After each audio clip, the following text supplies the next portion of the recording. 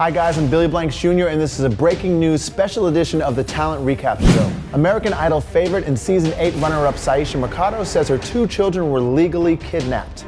If you don't remember Syesha, take a quick look at this.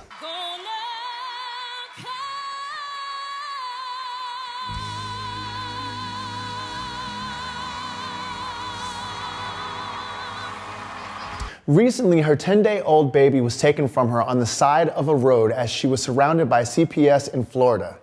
How could you don't guys feel do nothing? this? Do you not feel anything? Let's put the baby in the You guys, crib. I'm human. This is I my baby. understand My that. baby is days old. And you're taking my baby away from me. You're taking my baby away from me. You have no heart. This is so wrong. Just give us a second.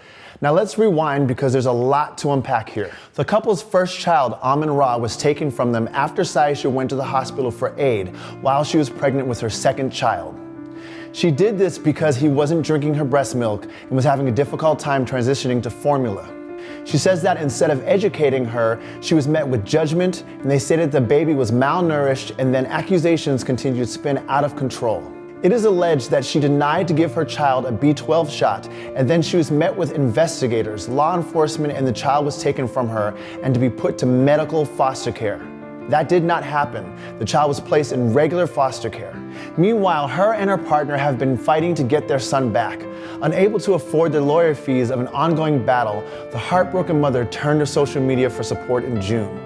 They started a Gofundme, which has now raised over $400,000. After their daughter's recent birth, the pair were driving in Sarasota, Florida, and their outing was infiltrated by the police, where they took her 10-day-old baby from her. Mercado feels that this was racially motivated. She says that CPS and police have repeatedly lied to her about the situation, leaving her clueless. Their son was placed in a white foster family without even interviewing qualified relatives or family friends for placement while they investigate. She was given only limited information, and she said that when her son was taken, the police officer dismissively said, "It's just one night," which turned into 54 nights and counting. I don't know what I would do. The hospital released this statement. Our first priority at Johns Hopkins All Children's Hospital is always the safety and privacy of our patients and their families. Therefore, we strictly follow privacy laws that limit the amount of information we can release regarding this particular case. However, we can say that our first responsibility is always to the child brought to us for care, and we are legally obligated to notify DCFF when we detect signs of possible abuse or neglect. It is DCFF that investigates the situation and makes the ultimate decision about what course of action is in the best interest of the child. Wow. Just wow. That kind of sounds like a pass the buck, but we'll see. Here are some of the facts to start with. Documentation must be provided before taking a child. There is no documentation or charges to show her as an unfit mother or a hazard to her children. The original nurse that reported them as unfit criminals is being sued and investigated by the hospital. Syesha herself brought her baby to the hospital for care, and it was told to her that the baby was going into medical foster care, and that never happened. The baby was put in regular foster care with the family. CPS is always supposed to first try to start placing children with fit family members or friends of the family. Why was that not done? And by law, they cannot take the second child just because one child was removed.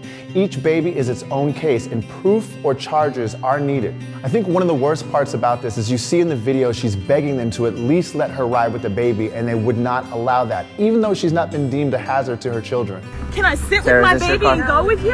No, ma'am. I'm not a danger. I'm not a danger to my baby. Guys, there are a lot of unanswered questions, but there are definite signs pointing to negligence on the part of the CPS. What do you guys feel about this? Should they have let her ride with her daughter? What do you feel about this in general? We send our support to Syesha and her family and pray that this can be resolved as soon as possible so that your family can be reunited. Guys, in the comments below, feel free to send your messages to Syesha and tell us how you feel about this situation. This has been a special breaking news edition of the Talent Recap Show. I'm Billy Blanks Jr. Thanks for watching.